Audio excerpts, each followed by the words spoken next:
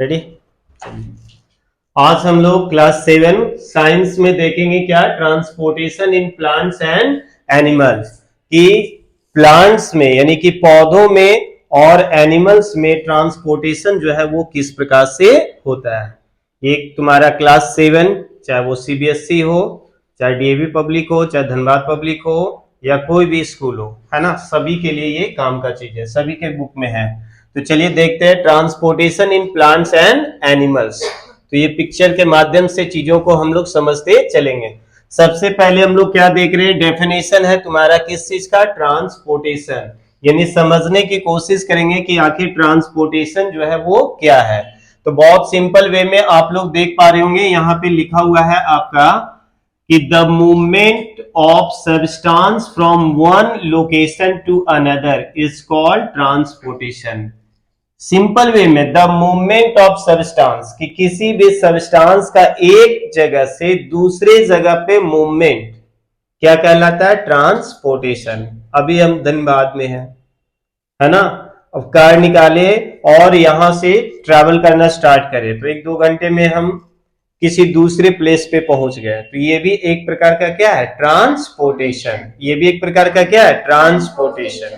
तो हमारे बॉडी में भी विभिन्न प्रकार की चीजों का ट्रांसपोर्टेशन होते रहता है, चाहे वो एयर का हो, चाहे वो आप ड्रिंक वाटर कर रहे हो, जूस पी रहे हो, है ना, या फूड हम लोग यूज कर रहे हैं, या ब्लड का, तो वो भी एक जगह से दूसरे जगह पे वो क्या होते रहता है, ट्रांसपोर्ट होते रहता है, यानी ट्रांसपोर्टेशन होते रहता है। सेम इसी प्रकार से ट्रांसपोर्टेशन का जो ये फंक्शन है वो ग्रीन प्लांट्स में भी कैरी आउट होता है, चलते रहता है। तो डेफिनेशन से आप समझ रहे होंगे कि the movement of substance from one location to another is called transportation.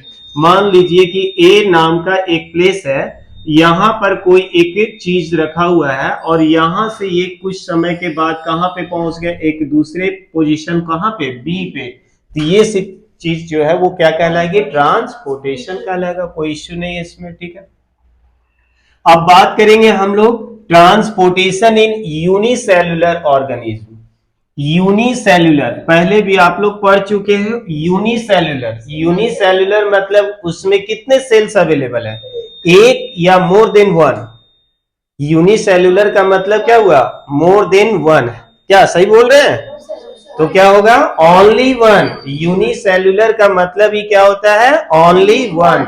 इसके पहला जो चैप्टर पढ़ाए थे, न्यूट्रिशन इन प्लांट्स पढ़ाए थे ना, उसमें भी आप लोगों को बताया गया था यूनिसेल्युलर और मल्टीसेल्युलर।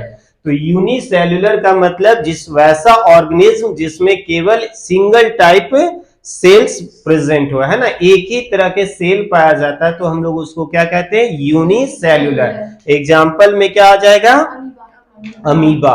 क्या आ जाएगा, अमीबा। चलो याद है, बहुत अच्छी बात है। तो अब हम लोग देखेंगे कि ट्रांसपोर्टेशन इन यूनिसेल्युलर ऑर्गेनिज्म, कि जो यूनिसेल्युलर ऑर्गेनिज्म है उसमें ट्रांसपोर्टेशन सबसे पहले किस तरह से होता है।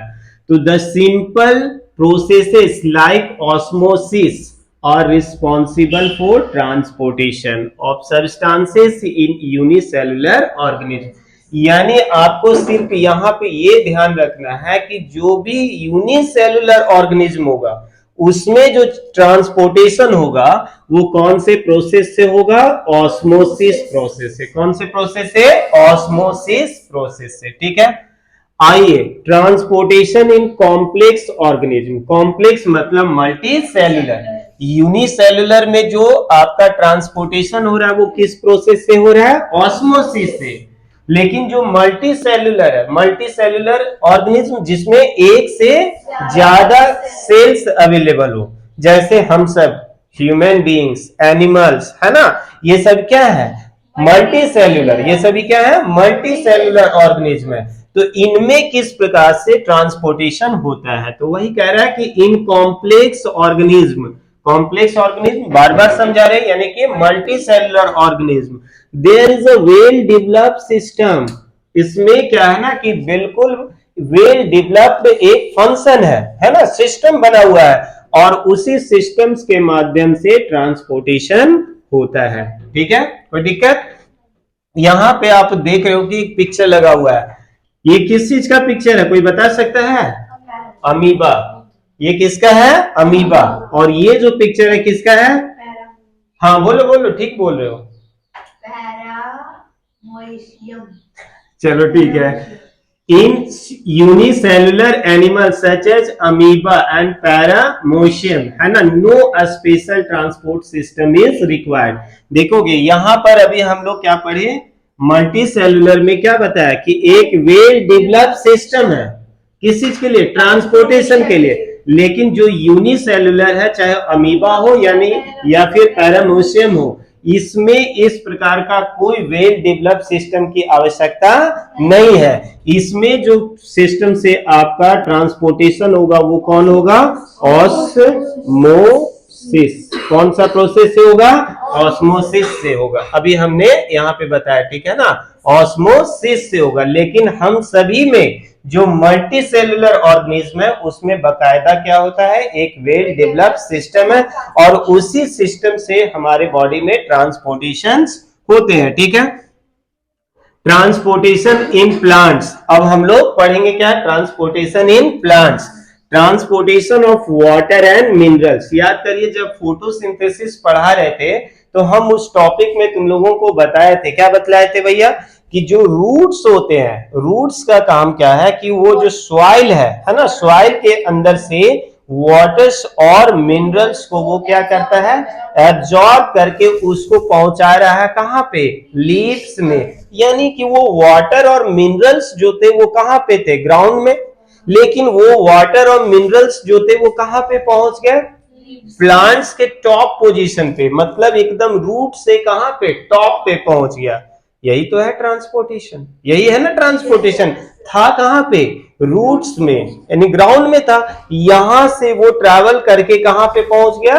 लीव्स में, वाटर एंड मिनरल्स। तो यहां पर भी ट्रांसपोर्टेशन हो रहा है। तो यहां पे जो पहुंचाने का काम कर रहा होगा, यहां पे भी कोई एक वेल डेवलप्ड सिस्टम होगा कि नहीं? प्लांट्स में भी, कि रूट्स से यानी कि सॉइल से, रूट्स के माध्यम से होते हुए वो पहुंच रहा है कहां पे? लीव्स में पहुंच रहा है। तो कोई वेल डेवलप्ड सिस्टम होगा। तो याद करिए 6th क्लास में हम पढ़ाए थे, इसके लिए एक पार्टिकुलर वर्ड हमने यूज किया था, जाइलम। कौन सा वर्ड? जाइलम। इसी प्रकार से जब लीव्स में, है ना, कि जो लीव्स को बताए थे ना पिछले चैप्टर में भी कि फूड फैक्ट्री कहा जाता है, ग्रीन प्लांट्स का फूड फैक्ट्री कौन है? लीव्स है। साथ ही साथ ये भी तुम लोग को हम बताए थे कि लीव्स को किचन भी कहा जाता है। ग्रीन प्लांट्स का क्या कहा जाता है? किचन। तो जब प्लांट्स का ग्रीन लीव्स में फूड प्रिपेयर हो जाता है तो सारे फूड को क्या ग्रीन लीव्स जो है, पत्ते जो है वो अकेले खुद खाएंगे? नहीं ना, उसको भी तो प्लांट्स के डिफरेंट डिफरेंट पार्ट्स तक उसको डिस्ट्रीब्यूट करना है। तो डिस्ट्रीब्यूट करने के लिए भी एक कोई पार्टिकुलर सिस्टम होगा। तो उस पार्टिकुलर सिस्टम का नाम क्या था? फ्लोएम, है ना। तो अब तुम लोग को समझ में आ रहा होगा कि यानी कि ग्रीन प्लांट्स में जो ट्रांसपोर्टेशन हो रहा है उसमें दो जो है वो मेजर रोल प्ले करता है, एक है जाइलम और एक है फ्लोएम। जाइलम, जैसे जाइलम जैसे जड़, जड़ से जुड़ा हुआ है वो, है ना, और जैसे जल भी होता यानी कि वाटर, है ना। यानी जाइलम जड़ से जैसे क्या लेके जा रहा है? जल लेके जा रहा है। कहां पे पहुंचा रहा है? पत्तों तक। वहां से जब फूड प्रिपेयर हो जा रहा है, एफ से फूड, और एफ से फ्लोएम नहीं होता, पीएच से लिखा जाता है, लेकिन हिंदी में देखोगे तो फ, है ना। फ्लोएम जो है वो क्या कर रहा है? फूड को डिस्ट्रीब्यूट कर रहा है। यानी वाटर और मिनरल्स को कैरी करने का काम कौन कर रहा है? जाइलम। और फूड को डिस्ट्रीब्यूट करने का काम कौन कर रहा है? फ्लोएम। चलिए आप लोग समझ गए। अब आगे यही सब चीजें होंगी। देखो लिख रहा है ना, यहां पे आप ये जो ग्रीन पार्ट देख रहे हो, है ना, ये जो ग्रीन ट्यूब्स देख रहे हो, ट्यूब लाइक एक स्ट्रक्चर दिख रहा है ना, ये आपका क्या है? जाइलम। ये जाइलम, ये क्या कैरी कर रहा होगा? वाटर एंड मिनरल्स को, वाटर एंड मिनरल्स को। और ये जो आप देख रहे हो ये क्या है? फ्लोएम। ये क्या है? फ्लोएम।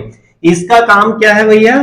तो फूड को डिस्ट्रीब्यूट करना। देखो साफ साफ शब्दों में यहां पे लिखा हुआ xylem, xylem tissue carry water and minerals. कोई कंफ्यूजन नहीं, एग्जाम में पूछे जाते हैं जाइलम का क्या फंक्शन है तो पता है, ठीक है। Xylem tissue carry water and minerals. कि जाइलम टिश्यू जो आप ये देख रहे हो, जाइलम टिश्यू है ना, ये देखोगे इस पिक्चर में एरो मार्क भी किया हुआ है, ये देखो तो किधर है, अपवर्ड है ना जी, एरो किधर है, अपवर्ड, मतलब कि रूट्स से ये वाटर एंड मिनरल्स को लेके कहां पहुंचा रहा है, ग्रीन प्लांट्स के लीव्स तक, ठीक है। और इसमें देखोगे फ्लोएम है, फ्लोएम टिश्यू क्या कर रहा है, carry food down from the leaf, food down from the leaves, यानी कि पत्तों से फूड को लेके ग्रीन प्लांट्स के डिफरेंट डिफरेंट पार्ट्स तक वो उसको डिस्ट्रीब्यूट कर रहा है। यही तो है जाइलम एंड फ्लोएम, इसी के माध्यम से ग्रीन प्लांट्स में ट्रांसपोर्टेशन चलता है, ठीक है।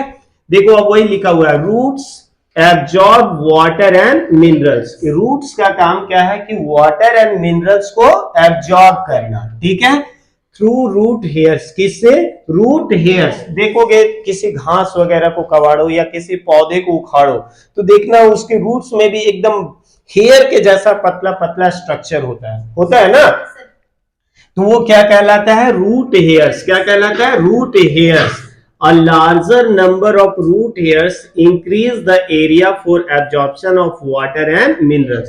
अब वो रूट हेयर्स जितना बड़ा एरिया में फैला हुआ रहेगा उतना बड़ा एरिया का वो क्या कैप्चर करेगा, वाटर एंड मिनरल्स को। अब कोई रूट्स है एकदम इस तरह से सीधा है ना, तो ये तो बहुत एरिया को कवर नहीं कर रहा है, कवरेज एरिया इसका क्या है, कम है, तो ये कम ही एरिया का वाटर एंड मिनरल्स को एब्जॉर्ब कर रहा है। लेकिन कोई रूट्स जो है वो इस तरह से एकदम पूरा फैला हुआ है तो उसका कवरेज एरिया क्या है, ज्यादा है, तो वो क्या करेगा, ज्यादा एरिया के वाटर एंड मिनरल्स को एब्जॉर्ब करेगा। समझ गया ना, the absorb water and minerals. अब जो वाटर और मिनरल्स को एब्जॉर्ब किया आर ट्रांसपोर्टेड, उसको क्या किया जाता है, ट्रांसपोर्ट किया जाता है, कहां पे, to other plant parts through xylem. किससे, जाइलम से, समझा चुके हैं। Xylem is a network of fine tubes.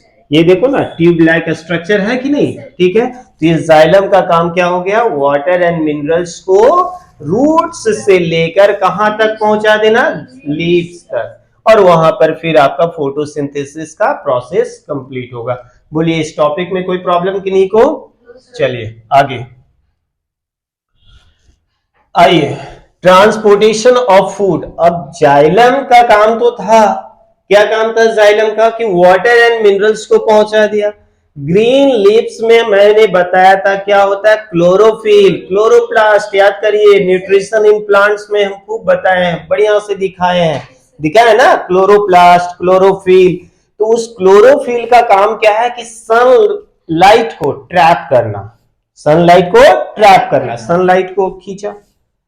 Atmosphere में क्या चाहिए, क्या अवेलेबल है, CO2, उसको कौन एब्जॉर्ब कर लिया, लीव्स एब्जॉर्ब किया, लेकिन कैसे, तो टाइनी पोर्स होते हैं, बताए थे पत्तों में क्या होता है, टाइनी पोर्स होते हैं, छोटे छोटे होल्स होते हैं, ये होल्स में ये बड़ा बड़ा होल्स है, दूसरा है ये, ठीक है ना, टाइनी टाइनी पोर्स होते हैं ना, जिसको क्या कहते हैं, एस्टोमेटा।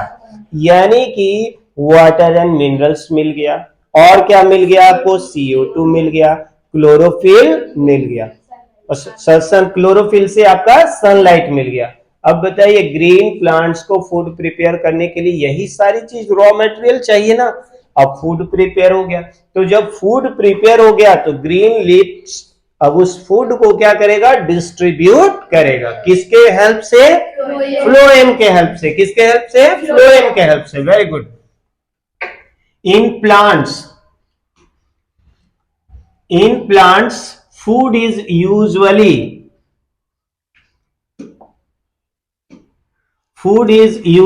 prepared in leaves.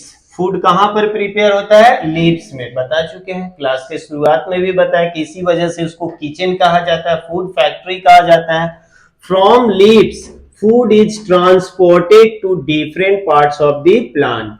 वहां से फूड को जो है वो क्या किया जाता है, ट्रांसपोर्ट किया जाता है, यानी कि डिस्ट्रीब्यूट किया जाता है, कहां पे, डिफरेंट डिफरेंट ऑर्गन्स में, किसके हेल्प से, थ्रू फ्लोएम। देखो लिखा हुआ ना, किसके हेल्प से, फ्लोएम के हेल्प से। फूड का डिस्ट्रीब्यूशन कौन करेगा, तो फ्लोएम भाई साहब, है ना। चलिए फ्लोएम जो है ये भी क्या है, also a network of fine tubes. Phloem भी क्या है, तो एक नेटवर्क है, किस चीज का, फाइन ट्यूब्स का। From storage organs also food is transported to different plant parts. कोई प्रॉब्लम नहीं होगा। जाइलम और फ्लोएम में आपको कोई भी परेशानी है नहीं। क्या ट्रांसपोर्टेशन इन प्लांट्स में कोई परेशानी है? प्लांट्स में ट्रांसपोर्टेशन मेनली किसके हेल्प से हो रहा है, जाइलम और फ्लोएम, जाइलम एंड फ्लोएम के हेल्प से। कोई दिक्कत? चलिए अगला टॉपिक क्या है आपका, ट्रांसपायरेशन। अगला क्या है, ट्रांसपायरेशन। ठीक है, हमने बताया था, क्या बताया था भाई, कि जब फोटोसिंथेसिस पढ़ा रहे थे तो उस समय बताए थे कि जब फूड प्रिपेयर होता है ना, तो ग्लूकोज बनता है। क्या बनता है, ग्लूकोज बनता है।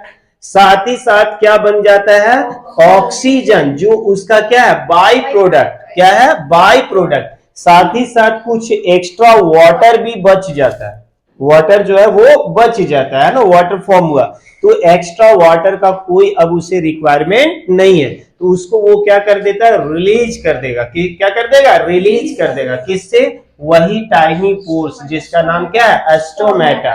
चलिए, loss of water, loss of water, molecules in the form of water vapor from plant is called transpiration।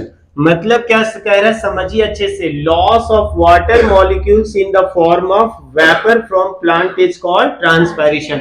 यानी कि प्लांट जो है फोटोसिंथेसिस के बाद जो एक्स्ट्रा वाटर उसके पास अब बच रहा है, उसको वो क्या करते, रिलीज कर देते हैं। क्या कर देते हैं, रिलीज कर देते हैं। कैसे, वाटर वेपर के फॉर्म में। किससे, वाटर वेपर के फॉर्म में। इसी को क्या कहा जाता है, ट्रांसपायरेशन। इसी को क्या कहा जाता है, transpiration. Transpiration takes place through minute pores. वही मिनट पोर्स क्या हो गया, एस्टोमेटा। ठीक है, the pores on leaves are called stomata. जो पत्तियों में पोर्स होते हैं, पोर्स मतलब छेद होता है, छोटा छोटा छेद होता है, उसी को क्या कहते हैं, एस्टोमेटा। कहोगे सर हम तो इतने पत्ते तोड़े आज तक, तो उनको कोई उसमें कोई होल, कोई छेद नहीं दिखा, कोई पोर्स नहीं दिखा, तो नहीं दिखेगा।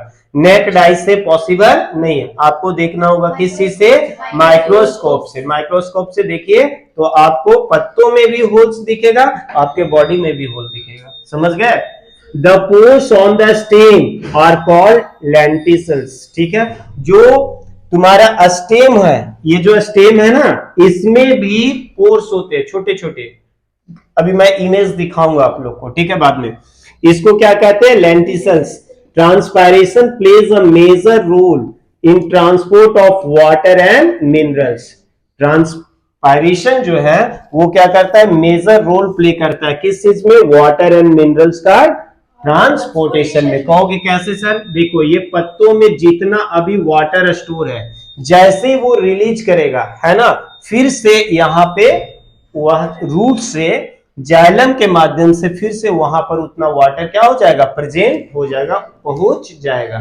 समझ गए ना, लाइक अ वैक्यूम सिस्टम, कि जैसे ही वो रिलीज किया जड़ से, फिर से वहां पर उतना वाटर पहुंच जाएगा। कोई दिक्कत।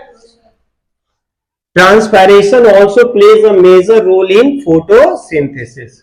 बिल्कुल सही है। यदि ये नहीं रिलीज करेगा तो फिर से फ्रेश वाटर और मिनरल्स उसके पास पत्तों में पहुंचेगा नहीं, और जब नहीं पहुंचेगा तो फिर से उसके पास आपका क्या बोलते हो कि फोटोसिंथेसिस का प्रोसेस कंप्लीट नहीं होगा। मेरे ख्याल से यहां तक में किसी को कोई प्रॉब्लम नहीं होना चाहिए। कोई दिक्कत, कोई डाउट? चलो ठीक है, बहुत बहुत धन्यवाद। Stop.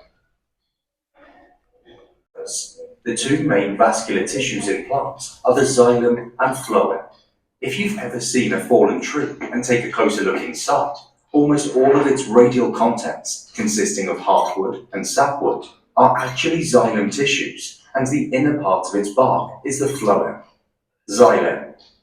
Xylem is responsible for distributing water and minerals taken by the roots. An interesting fact about xylem is that some parts of it do not have protoplasms or cell walls, allowing water and minerals to pass easily. Xylem consists of tracheids, or conducting cells, vessels, fiber, and parenchyma. The water in tracheids does not flow continuously. The roots and leaves are connected through a series of tracheid cells with pitted walls. In contrast, the xylem vessels are long, wider hollow tubes continuously stretching from the roots to the leaves. The fiber cells function mainly as supporting structures, and the parenchyma, the only living cells of the xylem, help with the food storage. The xylem cells are strengthened by a substance called lignin. The pattern of lignin will vary depending on the location. It can be a ring pattern, spiral, reticulate, or pitted. Phloem. The phloem transports manufactured foods like sucrose and amino acids from the green parts of a plant, like leaves, to other parts of a plant. The process is called translocation. Phloem consists of sieve tubes, companion cells, fiber, and parenchyma. A sieve tube consists of a single row of elongated, thin-walled cells. Just like the name suggests, it has walls perforated by minute pores, like a sieve. A mature sieve cell has a thin layer of cytoplasm, which conducts manufactured foods from one cell to another. The sieve tube cell has a degenerated protoplasm, which means that it needs another to carry out its vital processes. This is why a sieve tube cell has a companion cell. The companion cell has everything that the sieve tube doesn't, such as abundant cytoplasm and nucleus. It has an extremely thin but flexible cell wall, so that there's no hassle in keeping the